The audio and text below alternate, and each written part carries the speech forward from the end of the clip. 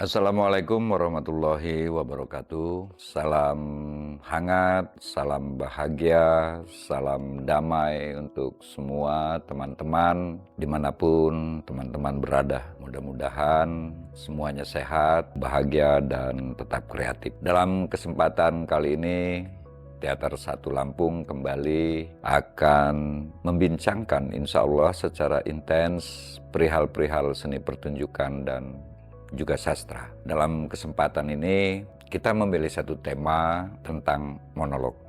Kebetulan ini adalah bulan-bulan di mana sebuah festival akbar di negeri ini mulai dilaksanakan, yaitu FLS 3N. Dulu 2N, sekarang N-nya ada 3.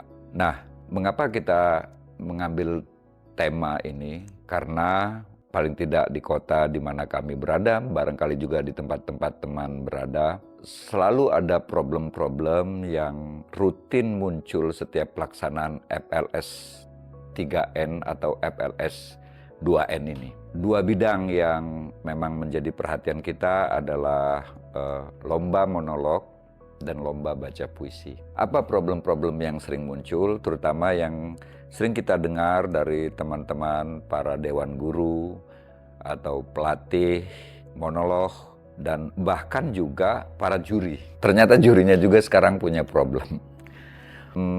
Sebenarnya gimana sih main monolog yang benar itu? Nah, kira-kira begitu. Para guru juga sering bertanya, bagaimana cara melatih siswa supaya bisa bermonolog? Tahun ini setidaknya beberapa rekanan yang kebetulan akademisi yang dilibatkan menjadi juri, karena mungkin ada kebijakan bahwa para dewan juri itu harus melibatkan akademisi. Nah, ini suatu kemajuan. Tetapi ternyata di lapangan ada problem. Kenapa? Kadang-kadang akademisi yang tidak pernah bersentuhan dengan misalnya monolog menjadi juri monolog hanya karena dia seorang akademisi yang bergelar S2, mungkin S3, tetapi sebenarnya dia tidak menguasai bidang yang sedang dia amati ini. Barangkali secara akademis dia concern di bidang seni yang lain tapi ditempatkan menjadi juri monolog. Atau memang dia secara akademis menekuni bidang itu. Tetapi kita tahu sebagian besar akademisi itu lebih banyak berkutat di kampus dengan teori, dengan buku-buku, dengan penelitian mereka, dan hampir sebagian mereka itu tidak pernah mengikuti atau mengikuti perkembangan atau nonton pertunjukan monolog, pertunjukan teater, nggak pernah. Artinya waktu mereka habis untuk studinya.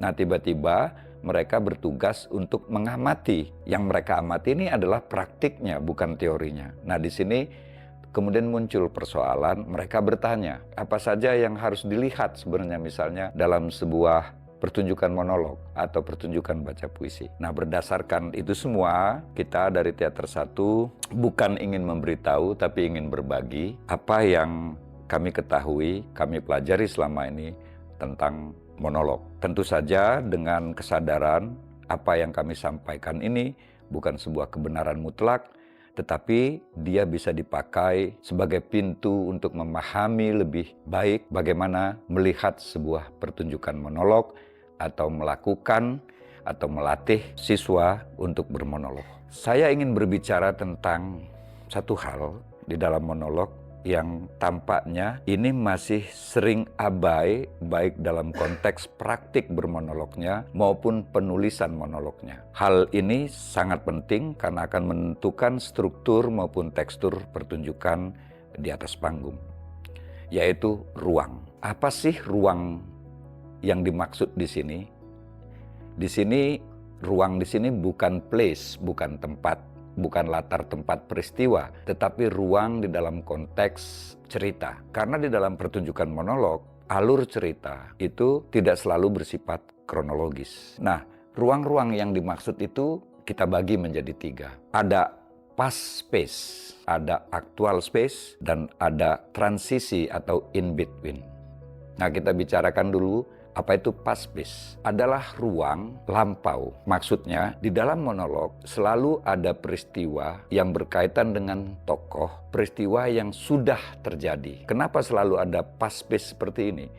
Karena di dalam monolog, si pencerita, si tokoh utama adalah juga sekaligus korban dalam tanda kutip. Artinya dialah yang bercerita dan tokoh utama di dalam cerita itu adalah dirinya sendiri. Artinya dia menceritakan peristiwa yang sudah dia alami. Nah, ini masuk dalam past space. Apa isinya past space ini atau ruang-ruang lampau ini? Dia berisi ingatan, berisi nostalgia, berisi trauma-trauma, atau hanya sebuah rekonstruksi peristiwa. Nah, misalnya dalam sebuah pertunjukan, seorang anak yang berjuang untuk mendapatkan air di musim kemarau yang sangat panjang. Ini adalah actual space. Ketika dia bercerita apa yang sedang dia lakukan atau dia memperistiwakan kejadian saat itu, ini masuk di actual space. Tapi akan kita bicarakan nanti sesudah past space. Nah, biasanya, dan ini selalu terjadi, tokoh utama di dalam monolog itu akan bercerita juga mengenai apa yang pernah terjadi dan menimpa dirinya atau yang dia alami. Nah, ini yang dimaksud dengan past space. Misalnya di dalam konteks si anak yang susah payah mencari air di musim kemarau ini, dia teringat dulu misalnya ketika dia kecil, ketika pohon-pohon masih banyak, hutan masih ada, sungai masih mengalir, segalanya masih terasa sejuk, segalanya masih terasa hijau, udara masih terasa sangat bersahabat. Nah, ini masuk past space. Biasanya dalam konteks bahasa, dalam konteks penulisan monolognya, ruang-ruang yang masuk ke wilayah past space ini bersifat naratif atau reflektif. Bisa juga fragmentatif, artinya karena dia mengingat kelampauan, mengingat masa lalu, bahasa atau kalimat yang digunakan oleh pengarang ini cenderung bersifat reflektif atau naratif. Apa pentingnya mengetahui past space ini? Nah, seorang aktor harus bisa membagi, karena ketika dia menceritakan apa yang sudah atau pernah terjadi itu, emosi yang berlangsung di dalam dirinya, yang bekerja di tubuhnya, itu bukan emosi real, tetapi emosi yang berasal dari memori, endapan masa lalu. Dan karena dia past space, biasanya subjektif.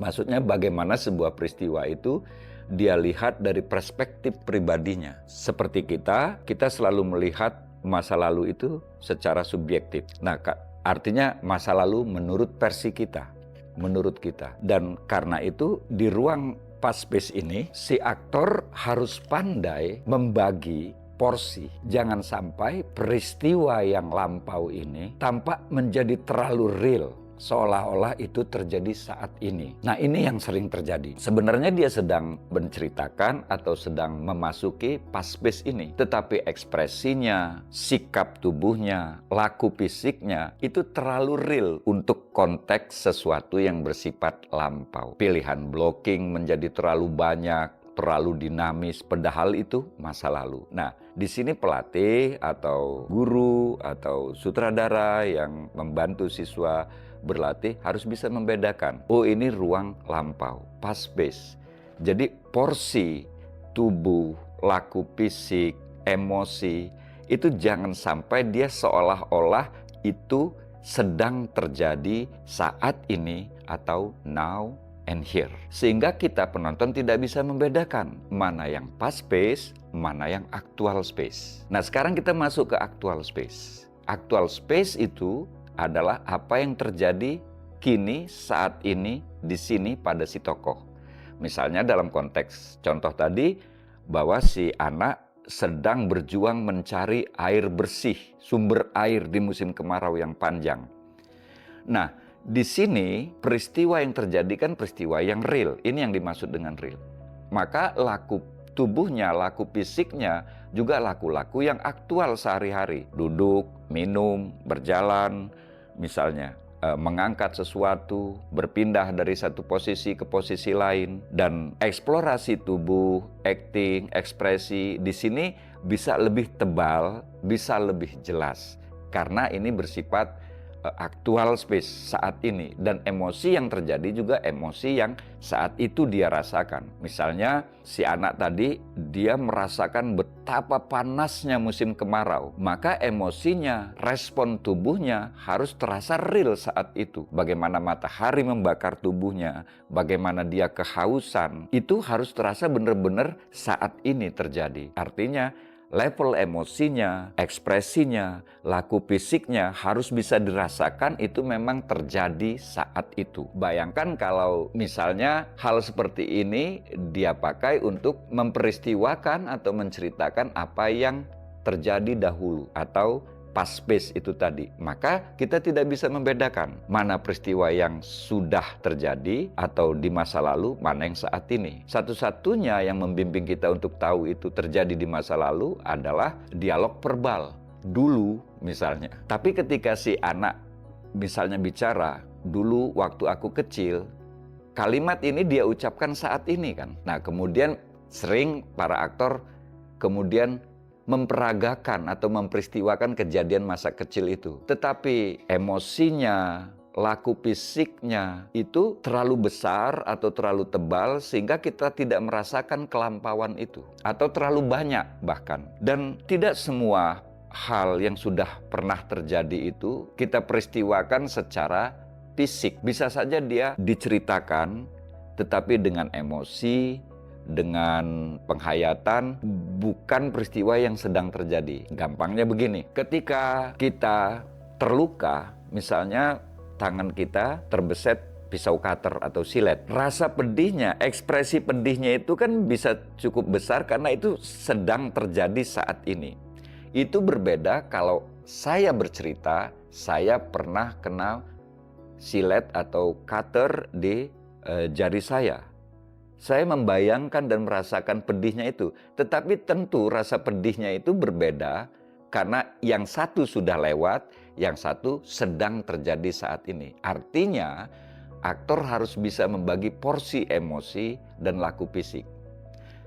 Karena saya menceritakan bahwa jari saya terkena silet atau cutter dulu, 1 tahun lalu atau sebulan lalu, saya tidak perlu mengekspresikannya seolah-olah itu sedang terjadi saat ini.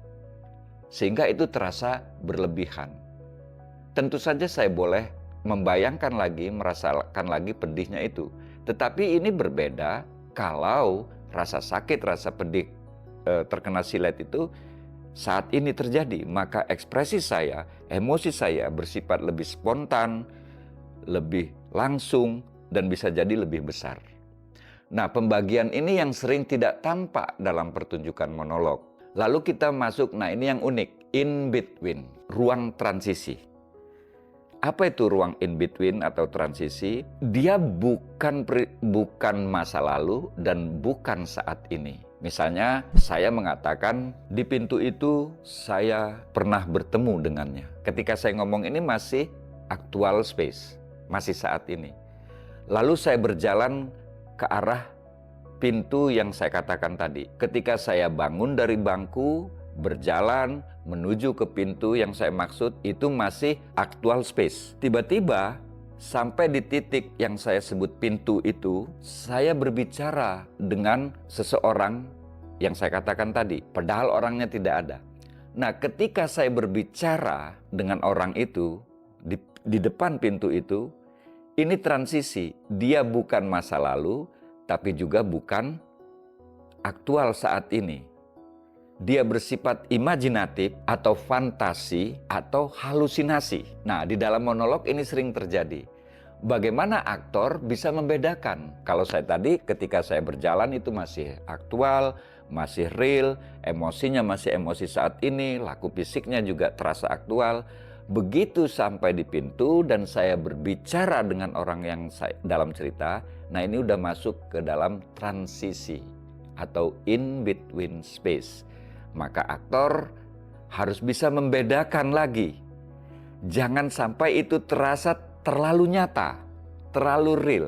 Bagaimana penonton bisa menangkap bahwa itu adalah imajinasinya, bahwa itu adalah mungkin halusinasi dia berhalusinasi, atau jangan-jangan itu fantasinya. Nah, artinya aktor harus bisa membedakan ini. Tentu pelatihnya yang bisa mengarahkan atau membimbing, membedakan mana laku fisik yang memang real, aktual, mana yang ada di ruang yang transisi, dan mana yang di lampau. Tentu saja berbicara hampir tidak ada bedanya. Berbicara di masa lalu, saat ini, ataupun itu hanya sebuah imajinasi, ya begitulah berbicara. Tetapi kita bisa atur teksturnya, misalnya dari nada suara, dari tempo, ekspresi, gerak tubuh yang tidak terasa real. Nah, itu menariknya di dalam monolog. Ya, karena alurnya tidak selalu bersifat kronologis. Dia bisa balik ke belakang, dan selalu begitu, balik ke belakang, balik ke saat ini lagi, masuk ke ruang transisi. Tentu kalau cuma mengandalkan alat-alat ekspresi aktor, dia terbatas karena tubuh, cuma tubuh. Maka ruang-ruang ini tadi, 3 ruang ini bisa diberi aksentuasi, bisa dibantu, dijelaskan di atas panggung dengan bantuan setidaknya musik, blocking, sikap tubuh. Ya, apakah hanya 40% tubuhnya menghadap ke arah penonton, atau ada gestur tertentu yang menandakan itu bukan sesuatu yang real terjadi. Nah, ini memang butuh semacam kecerdasan imajinasi dari para pelatih dan sutradara, para penggarap musiknya, supaya membedakan mana misalnya diberi sentuhan musik supaya ruang transisinya lebih terasa, atau cahaya kalau memungkinkan. Tapi dalam lomba, misalnya dalam konteks monolog FLS 3N, hampir tidak mungkin menggunakan cahaya. Bahkan mendapatkan panggung yang nyaman untuk aktor aja susah ya. Panggungnya panas, di belakangnya ada background segede gaban gitu. Sehingga ruang unsur-unsur artistik yang sudah dibangun oleh peserta itu habis tenggelam oleh backdrop banner. Kan nggak mesti diletakkan di panggung toh, bisa di sisinya, bisa di depannya. Ini saya himbau juga para panitia yang melaksanakan lomba-lomba seperti ini, dipertimbangkan juga bahwa teman-teman itu punya imajinasi artistik, mereka sudah berlatih, menyiapkan, membangun artistik. Tiba-tiba itu menjadi hilang dan tidak terasa karena ada backdrop lomba FLS 3N segede-gede gaban. Dan ini selalu terjadi dan sering saya lihat. Kan nggak ada salahnya kalau itu diletakkan di sisinya atau di muka gedung pertunjukannya, supaya pengalaman artistik, pengalaman nonton seni itu memang menjadi maksimal dan optimal dirasakan oleh siswa dan guru-guru. Jadi tidak sekedar, oh ini lomba, ya sudah gitu. Yang terpenting adalah hasilnya. Ini yang selalu terjadi. Yang terpenting adalah hasilnya menang atau kalah. Padahal pengalaman menonton itu, merasakan suasana, atmosfer di panggung, di dalam cerita itu penting buat kita. Yang ini sering tidak ditimbang. Itu kritik saya untuk penyelenggara. Nah, satu lagi, sekarang ini kan siswa-siswa dibebani untuk menulis sendiri monolognya. Monolog itu sebuah disiplin yang tidak gampang. Sebuah jenis karya sastra yang berbeda dengan cerpen. Ini cukup memberatkan buat siswa atau bahkan buat guru-gurunya yang tidak terbiasa menulis.